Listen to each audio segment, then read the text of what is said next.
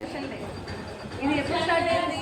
మహాభారత కాలంలో ద్రౌపది పాండవాస్ ప్రిన్స్ అనమాట. అయితే ఆ రాణిని వాళ్ళు ఒక కౌరవులు ఏం చేస్తారంటే దాన్ని నిండు సభలో అందరి ముందు అవమానపరుస్తారు, చీరలాగి అవమానపరుస్తారు.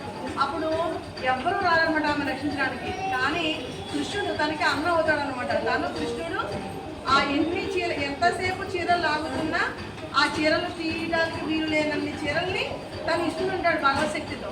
అలాగా ఆ రోజు ద్రౌపది ఆ కౌరవుల నుంచి కాపాడబడుతుంది అనమాట. ఎవరి ద్వారా? తన అన్న ద్వారా. అయితే ద్రౌపది ఏం చేస్తుంది?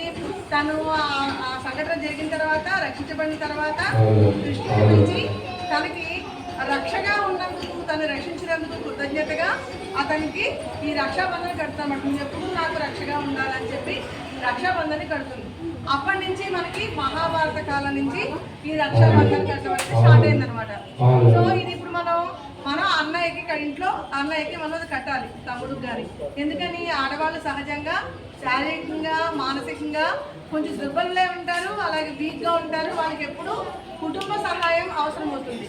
అంటే తల్లిదండ్రి పూర్తిగా ఉండరు కదా, వాళ్ళు ముసలి వాళ్ళు అయిపోతారు. మీరు ఆడపిల్లకి పుట్టిల్లంటే ఎవరు? అమ్మ నాన్న ఉండే ఇల్లు, అమ్మ నాన్న తర్వాత అన్నయ్య ఉండే ఇల్లు, తమ్ముడు ఉండే ఇల్లు. సో తను ఎప్పుడు వాళ్ళ ఇంటికి వెళ్తూ వస్తూ ఉండాలి తన కష్టాల్లో సుఖాల్లో. అలాంటి చెల్లికి కానీ అక్కకి కానీ ఆ ఇంటి అన్నయ్య కానీ తమ్ముడు కానీ తనకి బాధ్యత వహించాలి. రక్షాబంధన అంటే ఆ కట్టినప్పుడు మన అన్నయ్య ప్రామిస్ చేస్తాడు, నీకు ఎప్పుడు నేను రక్షగా ఉంటానని. చెల్లి అని చెప్పి నువ్వు రక్షగా ఉండాలని చెప్పి దాని అందుకనే రక్షగా ఉండమని చెప్పి కడతారనమాట. రక్షగా ఉంటారని తను ప్రామిస్ చేసి గిఫ్ట్లు ఇస్తాడు. ఓకేనా? అలాగే మీరు కూడా మీ ఇంటికి మీరు మీ చెల్లికి కానీ అక్కకి కానీ ప్రొటెక్షన్ ఇవ్వాలి. అంటే లైఫ్ లాంగ్. తర్వాత ఏమవుతుంది? ఒక అన్న చెల్లెలు మీరంతా ఒక పెద్ద వయసు వచ్చిన తర్వాత తల్లిదండ్రి చనిపోయిన తర్వాత మీరు చెల్లెల్ని అక్కడిని నిర్లక్ష్యం చేస్తారు. వాళ్ళ కుటుంబం వేరు మన కుటుంబం వేరు అని ఒక బాధ్యత లేకుండా వ్యవహరిస్తారు. అలాగే ఆడపిల్లలు కూడా మీరు కూడా గుర్తుపెట్టుకోవాలి. అంటే పెద్ద అవుతారు, మీరు మీ పెళ్ళిళ్ళు అవుతాయి, ఒక ఇంటికి వెళ్తారు కదా, అప్పుడు మీ ఆడపడుచుని మీ ఇంటికి వచ్చి ఆడపడుచుని మీరు ప్రేమగా చూడాలి. ఆమె కష్టంలో ఉన్నప్పుడు ఆమె కష్టాన్ని మీరు, ఎందుకని ఆమె వచ్చి మీ ఇంట్లో పుట్టింట్లో ఉండాలంటే ఆ ఇంటి ఆడవాళ్ళు సహకరించాలి. ఒక భర్త యొక్క తల్లి కానీ చెల్లి కానీ అక్క కానీ ఆ ఇంటికి వచ్చి ఉండాలంటే, వాళ్ళ కష్టంలో వచ్చి ఉండాలంటే ఆ ఇంట్లో ఉన్న ఇల్లాలు సహకరించాలి. లేకపోతే వాళ్ళు వచ్చి ఆ ఇంట్లో ఉండలేరు.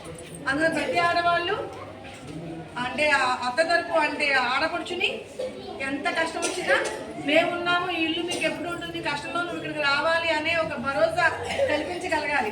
అప్పుడు మనకి ఆత్మహత్యలు అలాగే ఇవన్నీ ఎందుకు? చాలా మంది ఇప్పుడు మనం పేపర్లో చూస్తున్నాం కదా, ప్రతి ఒక్కళ్ళు అత్త ఇంట్లో కష్టాలు చూసి భర్త బాధిస్తున్నాడని చనిపోతున్నారు. ఎందుకు చనిపోతున్నారు అంటే ఎవరొకరు వాళ్ళు రక్షగా ఉండి వాళ్ళు చూస్తారు నమ్మకుంటే చనిపోరు కదా.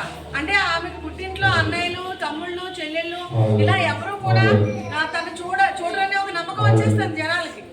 అందుకని వాళ్ళు చచ్చిపోవాలని నిర్ణయించుకుంటున్నారు. సో మనం ఎప్పుడు ఎలా ఉండాలి?